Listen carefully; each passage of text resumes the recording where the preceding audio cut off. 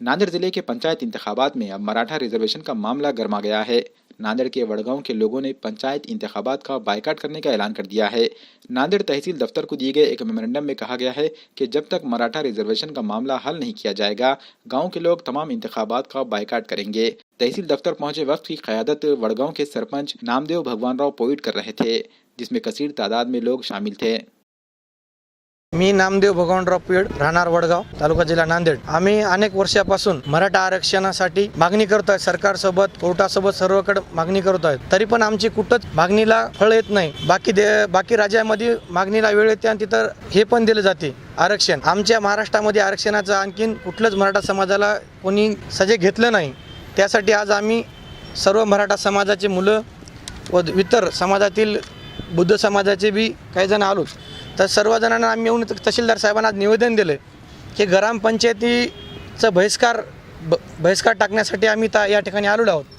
आणि कलेक्टर साहेबाला आम्ही सांगितलं की आम्ही निवेदनाद्वारे सांगितलं की सरकारला तुम्ही कळवा की आम्ही बहिष्कार टाकून इलेक्शन ग्रामपंचायत असो या पंचायत समिती या जिल्हा परिषद अवघ्या आमदारकी या खासदारकी आम्ही सर्व याच्यावर बहिष्कार टाकणार आहोत। जोपर्यंत आम्हाला आरक्षण मिळणार नाही तोपर्यंत आम्ही कुठलीही निवडणूक करणार नाही आणि होऊ देणार नाही आमच्या गावामध्ये आणि पूर्ण महाराष्ट्रामध्ये।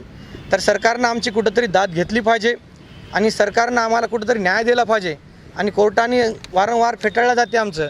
जर आज तहसीलदार साहेबाला अर्ज दिले, आम्ही 1-2 दिवसामध्ये तहसीलदार साहेबांना नाही केलं तर आम्ही कलेक्टर साहेबाला निवेदन देऊ आणि आमचा पर्याय आम्ही मरेपर्यंत उपोषण धरू, असं आम्ही या ठिकाणी आम्ही गावी देतो आणि सर्व गावकऱ्याकडून मी सांगतो।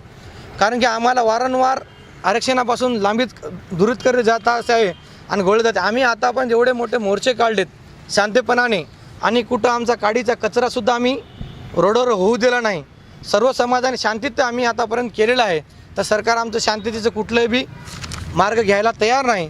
त्यासाठी आम्हाला आमच्या शेतामधून आमच्याकडे रुमणे आहेत, आम्ही रुमणे काढून रोडवर येऊ, मग सरकारनं आमच्यावर काय केस करो, कारवाई करू, आम्ही ते समोर जायला।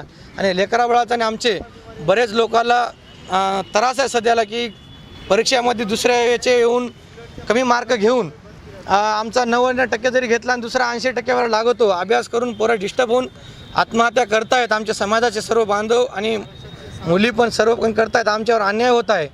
तर सरकारनं कुठेतरी दाद घेऊन आणि कोर्टानं कुठे दाद देऊन आम्हाला न्याय दिला पाहिजे, हेच आम्ही आज तहसीलदार सांगले। आणि आम्ही कुठलंच इलेक्शन होऊ देणार नाही, हे सर्वांनी घेऊन आणि दाद घेऊन आमचा हे करायला पाहिजे। निवेदन या संदर्भामध्ये दिले की जोपर्यंत आमचा आरक्षणाचा मुद्दा पूर्णतः निकाली लावला जात नाही तोपर्यंत आमचे गावामध्ये इलेक्शन घेऊ नये। कारण का तर आम्ही रिझर्वेशनपासून वंचित आहोत। सगळ्यांना रिझर्वेशन मिळतं, SCला मिळतं, STना मिळतं, OBCना मिळतं। भारतामध्ये एकमेव आमची अशी जात आहे की ज्या जातीला कोणतंच रिझर्वेशन नाही।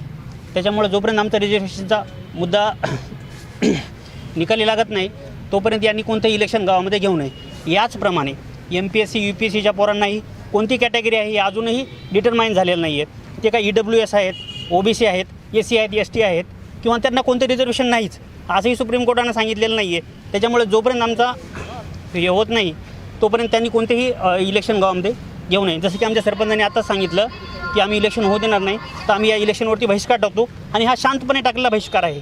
आणि याचप्रमाणे 2-4 गावातले अजूनही सरपंच आहेत आमच्यासोबत, आम्ही त्यांनाही घेऊन याच्यावरती बहिष्कार टाकणार आहोत।